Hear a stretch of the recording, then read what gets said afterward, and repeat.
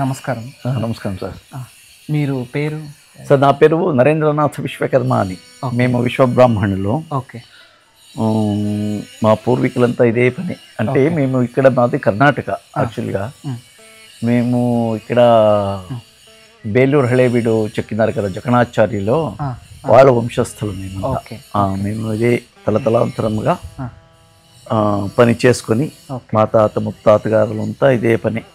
మేము స్వర్ణకారులు, జుతుల ఈ కుంభాభిషేకాలు చేసేటువంటిది, విగ్రహాలని నిలబెట్టి కుంభాభిషేకం చేసేది, వేద ఇదంతా మాకు తెలుసు.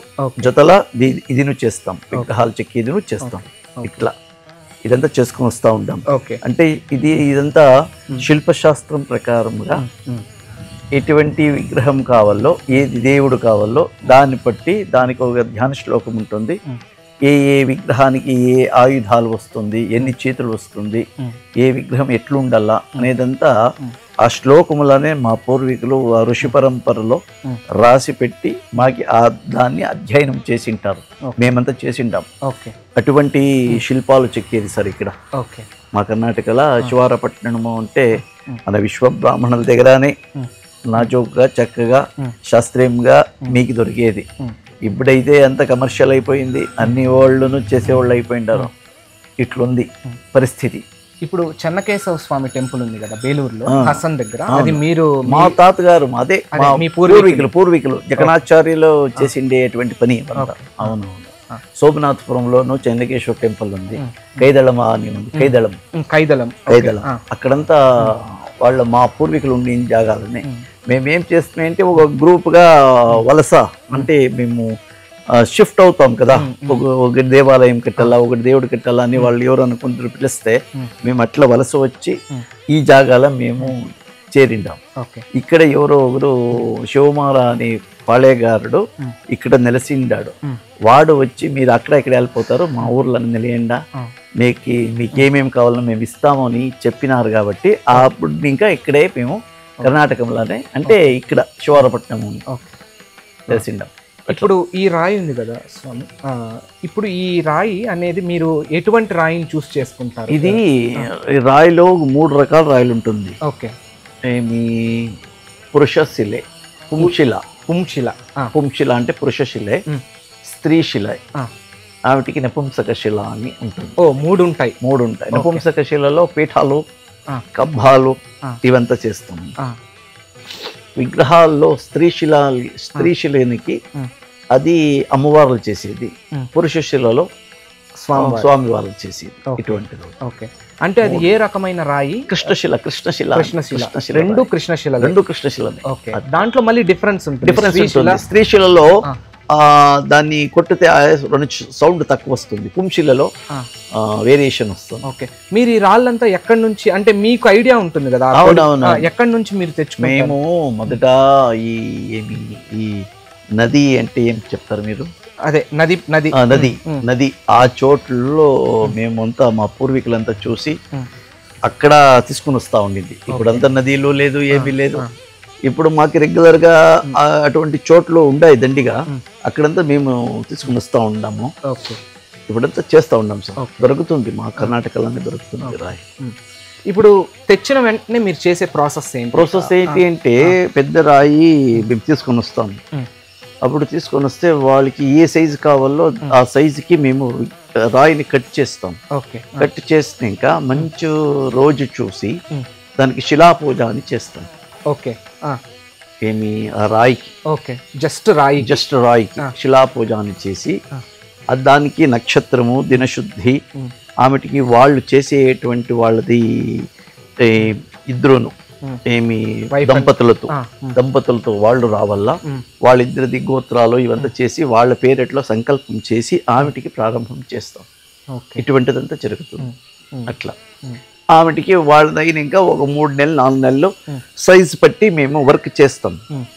ఆమెటి ఇంకా వాళ్ళు డెలివరీ టైం ఎప్పుడు తీసుకొని పోతారో ఆ రోజును మా కుటీరంలోనే వాళ్ళకి పూజ చేసి వాళ్ళకి ఇచ్చేది అవుతుంది. ఇటువంటిదంతా జరుగుతుంది. చాలా కష్టంగా ఉంటుంది కదా? చాలా కష్టం. అంటే అది ఒక మాదిరిగా యోగ ఋషి చేసినట్ల రాయి పని చాలా గొప్ప పని. ఎటువంటి ఏదైనా కొద్దిగా ఏమైనా పోతే మేము చేసేటువంటి పని పూరా అలా ఎప్పుడైనా జరిగిందా? అంటే జరిగింది కొన్ని విగ్రహాలంతా ఇక్కడే ఉన్నాయి దండిగా. ఇవన్నీ సరిగ్గా రాకుండా పెట్టినాం, బయట పెట్టినాం అట్లా కొన్ని విగ్రహాలు. అవుతుంది మాకి 90% అటువంటిది అయ్యలేదు, చెప్పేకేయలేదు. రాయిలో ఇది ఏదైనా దోషాలు ఉంటే మేము చేసేటప్పుడు ఏదైనా పొరపాటు అయితే అప్పుడు పోయిడుస్తాం. మీరు నిష్టగా ఉంటారు? నిష్టగా ఉండాలి. మేమంతా వెజిటేరియన్స్, ప్యూర్ వెజిటేరియన్స్. అవును, మేమంతా వెజిటేరియన్స్. అటువంటిది లేకపోతే ఈ విగ్రహాలంతా చెక్కే కానీ ఆ జీవకళ ఇచ్చే కానీ అవంతా రాదు. అటువంటి ఇప్పుడు మీ విగ్రహాలు ఇప్పుడు ఎక్కడెక్కడ దండిగా పోయిండాయి, దండిగా కొద్దిగా పోయిండాయి. అంటే మాకు మెయిన్ మార్కెటింగ్ ప్రాబ్లము చాలా ఉంది, అది లేదు యాక్చువల్గా. ఆమెకి మాది కొద్దిగా ఎవరన్నా ఇప్పుడు నువ్వు వచ్చిండావు, నీ ఫ్రెండ్స్కి నువ్వు చెప్తే వాళ్ళు వస్తారు, ఇట్లా మమ్మల్ని పోషించిండారు. అటువంటిది ఫారిన్ కంతా పోయింది. South Africa, America, London, Germany అంతా పోయింది. అయితే ఎప్పుడో 10 ఏళ్ళకో 10 సంవత్సరాలకు 15 సంవత్సరాలకు తోలిపోతుంది. అటువంటిది అవుతుంది. ఇప్పుడు గవర్నమెంట్ నుంచి మీకేమి ఉందా? ఏమి సార్, ఏం గవర్నమెంట్ నీకు ఏం చెప్పుకునేది?